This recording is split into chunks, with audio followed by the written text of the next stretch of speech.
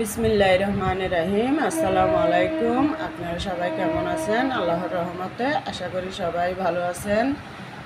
দেখুন, আজকে আমি সিম আর আলু দিয়ে, দুটা টমেটো দিয়ে গ্লাস কাপ মাছটা রান্না করব। এটা পুরোটা রান্না করব না, প্রায় 500 পিস নিয়ে তারপর সিম দিয়ে রান্না করব, কারণ রোজার সময় এত বেশি খাওয়া যায় না। দেখুন,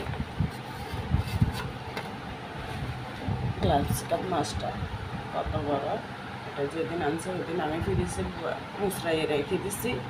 এ ধরনের ভাবে করে এরকম করে মুসরাইয়ে ফ্রিজের মধ্যে ঢুকে রাখছি, কারণ রাতের 11টার সময় আনছে, তখন তারাবি পড়বো না, মাছগুলো তুলবো। সাথে কাটা মাছ, চুরি মাছ, তারপরে সুরমা মাছ, আপনার রূপচান্দা মাছ, এই ধরনের 5-6-7 রকমের মাছ নিয়ে আসছিল। ওখানে নাকি কাটার জন্য মানুষ ছিল না, তারাবি সময় হয়ে গেছে, তাই সবগুলো আস্তে আস্তে মাছ নিয়ে আসছিল।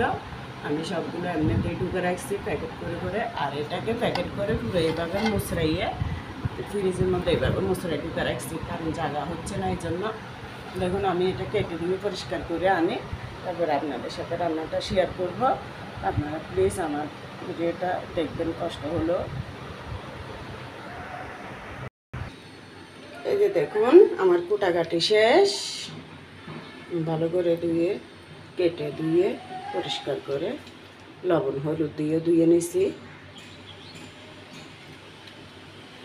শুধু এই 5 পিসই রান্না করব, কারণ আমরা 5 জন, সেরির সময় খাওয়ার জন্য 5 পিসই নিয়েছি, সাথে 2টা পেটি নিয়েছি। এগুলো এখন হালকা হলুদ লবণ মরিচ দিয়ে ভেজে নেব।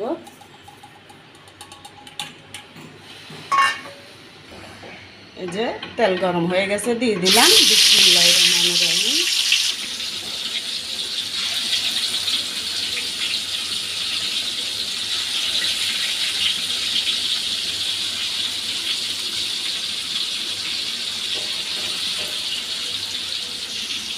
যে দেখুন, মাছটা ভাজা হয়ে গেছে। এবার রান্নার জন্য পাইভেনটা বসাই দিলাম। মাছ ভাজার তেলগুলো দিয়ে দিলাম। এখন পেঁয়াজ কুচি দিয়ে দেব রসুন বাটা, একটু ভাজা ভাজা করে নিই। এবার দিয়ে দেব আদা বাটা। এগুলো একটু লাল লাল হওয়ার পরে এবার দিয়ে দেবো জিরা বাটা, ধনিয়া বাটা। আপনারা আমার সিম, আলু, মাছ এগুলোর আন্দাজ অনুযায়ী মশলা দিলাম। আপনারা যে যেরকম খান ওভাবে আন্দাজ অনুযায়ী দিবেন, তরকারির আন্দাজ অনুযায়ী। দিয়ে দিলাম হলুদের গুঁড়ি, দিয়ে দেবো মরিচের গুঁড়ি, দিয়ে দেবো লবণ। মশলা বাটার পর কাটা ধোয়া পানিগুলো দিয়ে দিলাম।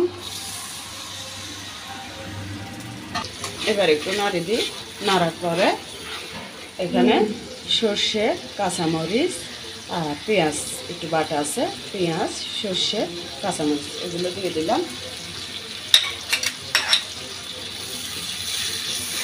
ভালো করে এটা কষিয়ে নেব।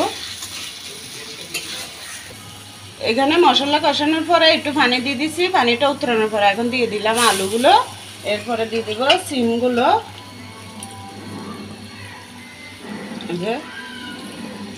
সিমগুলো দিয়ে দিলাম। সিম আলু ভালো করে কষে নিই, এরপরে মাছগুলো দিব।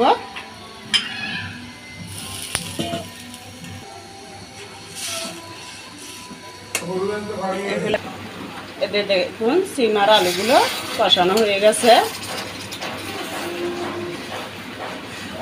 এবার আমি একটু গরম পানি দিয়ে দিব।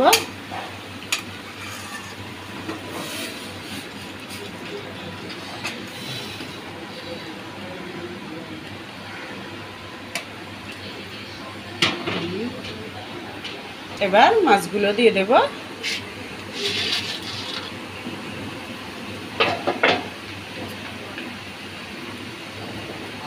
মাছগুলো ভালো করে হোক, এর উপরে টমেটোগুলো দিয়ে দেব।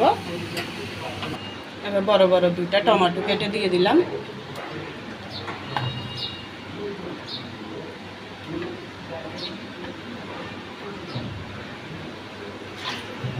যে দেখুন সিম আলু সব সিদ্ধ হয়ে গেছে, মাছও হয়ে গেছে। রান্নাটা কেমন হয়েছে জানাবেন, একটা লাইক করবেন যদি ভালো লাগে। এত কষ্টের রান্নাগুলো আপনারা যদি একটা লাইক করেন মনটা তো খুশি লাগে।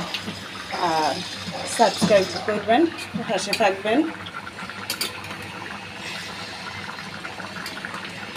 আমাদের জন্য দোয়া করবেন সবাই। আমরা আপনাদের জন্য দোয়া করি। আল্লাহর রহমতে সবাই ভালো থাকেন।